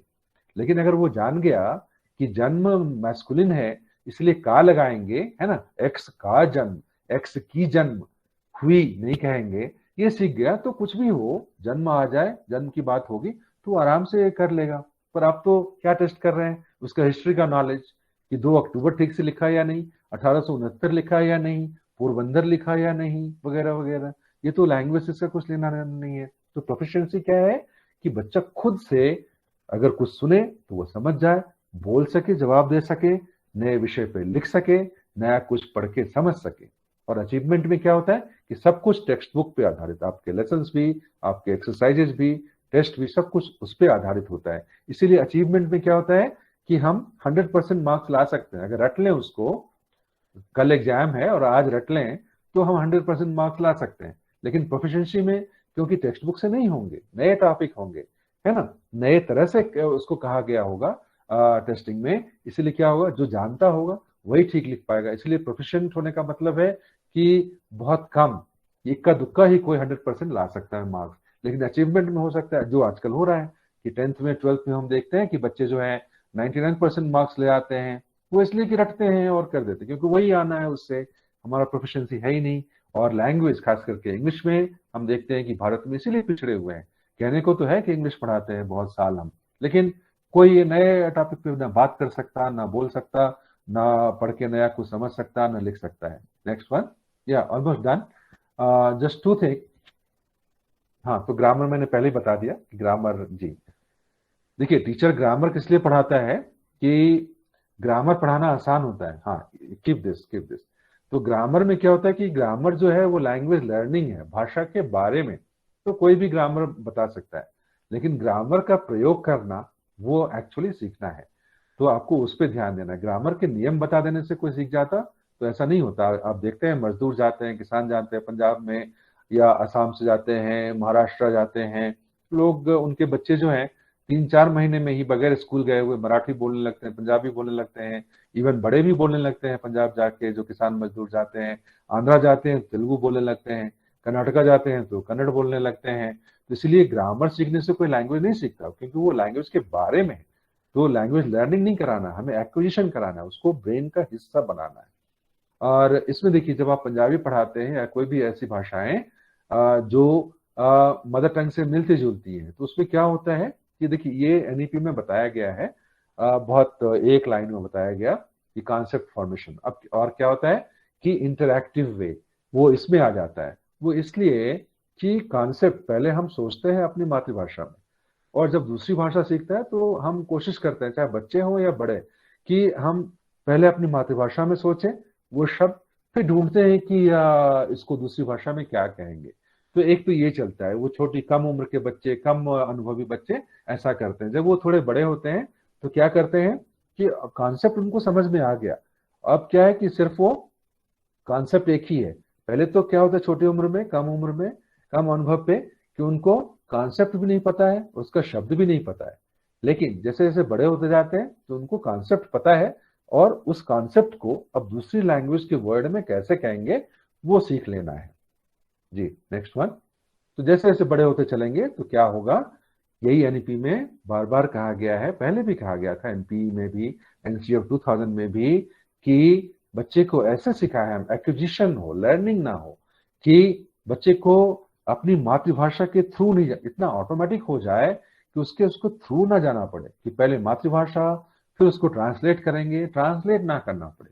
तो कॉन्सेप्ट वो कब होगा, जब आपकी जो कहानी है, कविताएं हैं, जो आप बोलते हैं, जो उससे करवाते हैं, वो कॉम्प्रिहेंसिबल होगा, यानी उसके लेवल से जरा सा ऊपर होगा, मीनिंगफुल होगा, यूजफुल होगा।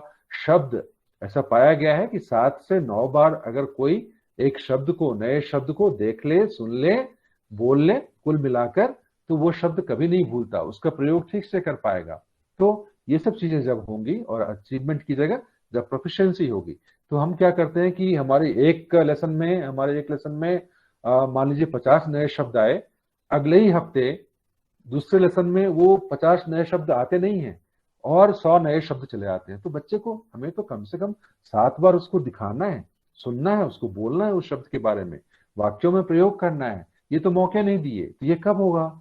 जब हम सिर्फ टेक्स्ट बुक पे रहेंगे तो नहीं होगा, हमें टेक्स्ट बुक के बाहर निकलना होगा। और कौन निकालेगा बच्चे को बाहर? टीचर निकालेगा, कोई ऊपर बैठा हुआ टीचर एजुकेटर नहीं निकालेगा, वो अपने हिसाब से। इसीलिए कहा गया एनसीएफ में भी, एनपीई में भी, कि टेक्स्ट बुक के बाहर निकलिए, मूव बियॉन्ड द टेक्स्ट। इसका मतलब ये नहीं है कि उसको बगीचे में ले जाएं और भैंस कैसे धोते हैं या गोबर से या उपले कैसे बनाते हैं, ये नहीं सिखाना है। बाहर मतलब बाहर की चीजें बाहर से जोड़ें, है ना। आप कार्टून ला सकते हैं, ऑडियो वीडियो ला सकते हैं, फिल्म दिखा सकते हैं। एक पूरी क्लास में अगर आपको पंजाबी का करना है, मान लीजिए एक उदाहरण मैं दे रहा हूँ कि एक चला था ना, बहुत सारे ऐसे गाने होते हैं हिंदी में जिसमें मैनू, है ना, तैनू आएंगे, ऐसे प्रयोग होने लगे हैं हिंदी में खूब सारे। तो कोई ऐसा गाना जिसमें कि पंजाबी के प्रोनाउंस आ रहे हो बार बार, है ना, ऐसे वाक्य आ रहे हो, कोई ऐसा वीडियो दिखाया आपने, तो सब ये सारा कुछ करेंगे तो क्या होगा कि उसको ट्रांसलेट करने की जरूरत नहीं पड़ेगी। ये जो दूसरी भाषा के शब्द हैं पंजाबी के जैसे, तो जहाँ पे मान लीजिए कि पानी होगा वहीं पानी भी हो जाएगा, जहाँ पे काम होगा वहीं पे कम भी हो जाएगा, है ना, जहाँ पे घर होगा वहीं पे कर भी हो जाएगा। तो ये सभी दोनों, क्योंकि कॉन्सेप्ट एक ही है, घर का भी और कर का भी।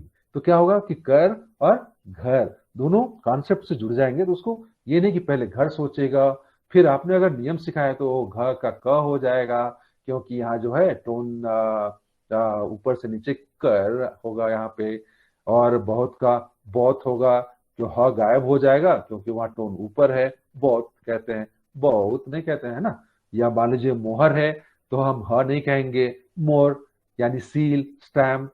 और अगर मोर जानवर हो तो हम मोर कहेंगे, है ना, मोर, वो ऐसे ही रहेगा टोन। तो ये सब करने की जरूरत नहीं पड़ेगी, कॉन्सेप्ट जब मिल जाएगा। और ये दोनों शब्द अगर 7 से 9 बार सुनेगा, देखेगा, पढ़ेगा, लिखेगा बार बार, तो क्या होगा कि वो सब कुछ उसके लिए यूजफुल हो जाएंगी और ब्रेन में हमेशा के लिए जाके बैठ जाएंगे। और जब जरूरत पड़ेगी नए टॉपिक पे भी तो आसानी से बच्चा उसका प्रयोग कर पाएगा। या लास्ट वन, बस बस 1-1.5 मिनट और। जस्ट गो टू, हेलो, आवाज जा रही है ना? हाँ, ये मैंने, हाँ ये ठीक है, ये इसको रखिए। तो मैंने पहले ही बता दिया कि हिंदी पंजाबी में ये समस्या नहीं है, ये हजारों ऐसे शब्द हैं, सभी भाषाओं में हैं, तमिल में भी, कन्नड़ में भी, जो हिंदी, संस्कृत, उर्दू से मिलते जुलते हैं। जैसे उदाहरण के लिए मान लो, जैसे ठंडा, ताजा, महंगा, सस्ता, रूप, है ना, चुप, फिर, ऐसे मतलब अगर देखें तो 90% से ज्यादा होंगे पंजाबी में हिंदी से मिलते जुलते शब्द, या कन्नड़ से बहुत सारे मिलते जुलते अगर वो भी आते हैं, असमिया से, बंगला से, थोड़ा बहुत उच्चारण का फर्क होगा। तो आपको क्या करना है, आपको तो सिर्फ 3,000-4,000 शब्द ही नए सिखाने हैं, उसका प्रयोग सिखाना है। आपको तो भाषा वैज्ञानिक नहीं बनाना है उसको, साइंटिस्ट ना, क्लास 6, 7, 8, 9 में कि प्रयोग करने लगे। तो इतने शब्द सिखाने के लिए, और साल भर होता है 3,000 शब्दों के लिए, तो बार बार प्रयोग करना, खेलने में भी। और जैसा मैंने पहले बताया, तो क्या होगा, कॉग्नेट्स यानी मिलते जुलते, दो भाषाओं के शब्द अगर मिलते जुलते हो, उसका प्रयोग ज्यादा हो, तो वो ज्यादा अच्छा होता है। हम ज्यादातर क्या करते हैं कि टेक्स्ट बुक में, हिंदी में भी आपने देखा होगा, हम ऐसे रोज रोज बोलते हैं कि शायद, है ना, अगर, हालांकि। पर हिंदी में आप देखेंगे जैसे सेकंड लैंग्वेज की किताब में, वहां पे हो जाएगा यद्यपि, हालांकि की जगह, है ना। हम रोज बोलते हैं पर, लेकिन, मगर, पर वहां पे हो जाएगा परंतु बोलना है ना। हम रोज कहते हैं जरूर, जरूरत, हिंदी की किताबों में आपको मिलेगा आवश्यक, आवश्यकता, आवश्यक, आवश्यकता अनुसार, है ना। हम ऐसे कहते हैं ये पूरा का पूरा, एकदम, बिल्कुल, सरासर, पर वहां आपको मिलेगा पूर्ण रूपेण, है ना। ऐसे शब्द करके ये करने की जरूरत नहीं है। कॉग्निट जो रोज रोज का होता है वो करके, तो क्या होगा कि 2-3 साल में बच्चा कॉन्फिडेंट हो जाएगा ये करके, चाहे पंजाबी हो या कोई भी दूसरी भाषा। फिर उसका जब प्रयोग करने लगे तब आप आगे जाके, जब वो 8 में जाएगा, 9 में जाएगा, या नवोदय में मान लीजिए 6, 7, 8 करके 9 में गया, 10 में गया, तब आप व्याकरण के बड़ी चीजें समझाएं। तो क्या होता है कि इसको हम कहते हैं, देखिए जब एक भाषा से दूसरे भाषा में जाते हैं आप, तो वहां पे ट्रांसफर होता है कि कुछ व्याकरण, कुछ नियम अपनी मातृभाषा के रह जाते हैं, और कुछ व्याकरण, कुछ नियम वो नई भाषा के रह जाते हैं। एक स्थिति ऐसी आती है कि जहां पे थोड़ा इधर का होगा, थोड़ा उधर का, पूरा पूरा नहीं आता। ये हम पंजाबी में है ना, कुछ कहेंगे, जैसे वो मेरा घर है, तो ए कहते हैं, हो सकता है उसके पास रहे वो, है ना, वो मेरा घर है, तो या कहेगा वो मेरा घर है कह देगा। तो क्या होगा कि थोड़ा इधर का थोड़ा उधर का दोनों का रहेगा। तो वो इंटर लैंग्वेज कहते हैं, बीच की लैंग्वेज है। तो वही प्रैक्टिस करते करते, ऑडियो विजुअल ज्यादा करते करते, बार बार प्रैक्टिस करते हुए क्या होगा कि वो आदत पड़ जाएगी। और ये जो कान से सुन रहा है, वो जो किताब देख के पढ़ रहा है, वो क्या होगा कि उसका तो सिर्फ मेमोरी में रखना कुछ देर के लिए ये काफी नहीं है कि एग्जाम में आएगा, नहीं। उसको ये जो इनटेक जा रहा है, ये जो इनपुट जा रहा है, उसको अपटेक बनाना है। नेक्स्ट वन, लास्ट वन, उसको अपटेक बनाने, यानी वो ब्रेन में रह जाए, जो न्यूरॉन्स में इम्प्रिंट हो जाए। तो इनपुट दिया आपने, हाँ ये no no last that that हाँ या दिस वन। तो क्या होता है कि आपने जो इनपुट दिया कुछ दूसरी भाषा का, अब क्या हुआ कि उसने सुना थोड़ी देर के लिए, शॉर्ट टर्म मेमोरी में थोड़ी देर के लिए वो नियम या वो शब्द रह गया। लेकिन फिर क्या होगा कि अगर उसका बार बार प्रयोग नहीं करेगा, तो क्या होगा कि वो अपटेक नहीं बनेगा, वो सिर्फ परीक्षा के लिए। तो वो मेमोराइज करके एग्जाम में लिख देगा, अचीव कर लेगा, मार्क्स ले आएगा, पर उसका खुद से प्रयोग नहीं कर पाएगा। तो जो कान से जा रहा है सुन के, जो बच्चा आंखों से देख रहा है ना, कोई विजुअल वीडियो जो पढ़ रहा है, उसको अपटेक बनाना है। तो आपको ये काम इतने मतलब, और लेसन कितने हैं आपके पास, 20 ही हैं। और सबसे जरूरी बात है कि move beyond the text book, text book के बाहर जाना है। और एनईपी में ये बात डायरेक्टली नहीं कही गई है, लेकिन इसके पीछे यही है कि टीचर को ऑटोनोमस बनाना है। टीचर जानता है कि मुझे क्या करने से जो मैं चाहता हूं वो पा सकता हूं, कि जो मैं दे रहा हूं इसके कान से, आंख से, है ना, इसको सुना के, इसको दिखवा के, इसको पढ़वा के, वो क्या अपटेक बन रहा है क्या नहीं, उसके दिमाग में रह रहा है कि नहीं। इसीलिए टेस्टिंग की भी जरूरत वहां पड़ती है कि आपको हर हफ्ते, हर रोज आपके मन ही मन कहीं लिख के आपको हर बच्चे का रखना होगा हिसाब, कि नहीं ये जो है ना अभी भी ऐसा कर रहा है, ये पुराना वाला ही, हिंदी वाला ही चला रहा है, या ये तमिल वाला रूल ही चला रहा है, बंगला वाला ही चला रहा है। तो क्या करेंगे, आप उसके पास जाएंगे और उस पर काम करेंगे। तो ऐसे करते करते, तो ये बहुत जरूरी है सेकंड लैंग्वेज में, कि जो कान से जा रहा है, आंख से देख रहा है, पढ़ रहा है, सुन रहा है, वो अपटेक बनना चाहिए और रुक जाए। नहीं तो क्या होगा कि एग्जाम के पहले वो रट लेगा। तो यानी कुल मिलाकर लास्ट में यही है कि शॉर्ट टर्म मेमोरी, जो थोड़ी देर के लिए मेमोरी रहती है, वो नहीं करना है, लॉन्ग टर्म मेमोरी में ले जाना है भाषा के नियम को, शब्दों के, उसके प्रयोग को, उसके थ्रू वैल्यूज को, कल्चर को। और वो कब होगा, जब लॉन्ग टर्म मेमोरी यानी न्यूरॉन में ये छप जाएंगे, यानी न्यूरॉन में जब बदलाव आ जाएगा कि जहां पर हिंदी का एक शब्द था, तमिल का, बंगला का, वहीं पे पंजाबी का शब्द भी बैठ जाएगा, है ना, वेव्स के रूप में, इलेक्ट्रोकेमिकल हो या इलेक्ट्रो मतलब क्या कहेंगे उसको, हाँ या, तो वेव्स के रूप में इलेक्ट्रोकेमिकल हो या बायोकेमिकल हो, है ना। कुछ चीजें क्या होती हैं कि इतना बार बार सुनते सुनते, जैसे दो न्यूरॉन मिल गए, वहां पे पानी और पानी एक साथ आके बैठ गए, या मान लीजिए हथ और हाथ दोनों एक साथ बैठ के न्यूरॉन में इम्प्रिंट हो जाते हैं। तो जब जरूरत पड़ेगी उसको, तो अगर लॉन्ग टर्म में नहीं गया, थोड़ी देर के लिए रहा शॉर्ट टर्म मेमोरी में, यानी इनटेक तो हुआ लेकिन वो अपटेक नहीं बना, यानी शॉर्ट टर्म मेमोरी से लॉन्ग टर्म में जाके न्यूरॉन्स में बैठ नहीं गए भाषा के प्रयोग, तो क्या होगा, जरूरत पड़ने पे वो नहीं कर पाएगा, उसको बार बार पीछे जाकर देखना पड़ेगा। वैसे ही होगा जैसे कि कार चलाने के लिए बार बार में देखना पड़ेगा, ये स्टीयरिंग है, इतनी देर में तो एक्सीडेंट हो जाएगा कहीं पे, है ना। और आपको तो नक्शा बनाना पड़ता है, कार चलाना सिर्फ नियम सीखने से नहीं होता, आपको सोचना होता है कि अच्छा अगर ऐसा हुआ, गाड़ी इधर से आ गई दूसरी वाली, तो मैं ऐसे है ना करूंगा, या अचानक भी करना पड़ता। भाषा में भी ठीक वही है, वही कार चलाने वाला है, कि जो डेक्लरेटिव नॉलेज है, जो शॉर्ट टर्म मेमोरी है उसको लॉन्ग टर्म मेमोरी में ले जाना है, और सिर्फ डिक्लेरेटिव से नहीं होगा, वो आदत बन जानी है।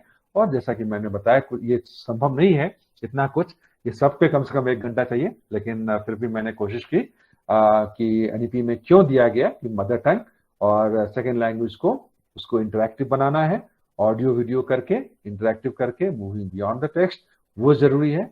और किस लिए करना है ये सब मैंने कोशिश की कि आपको बताऊं। जी धन्यवाद, इतना ही समय, 15 मिनट ज्यादा हो गया।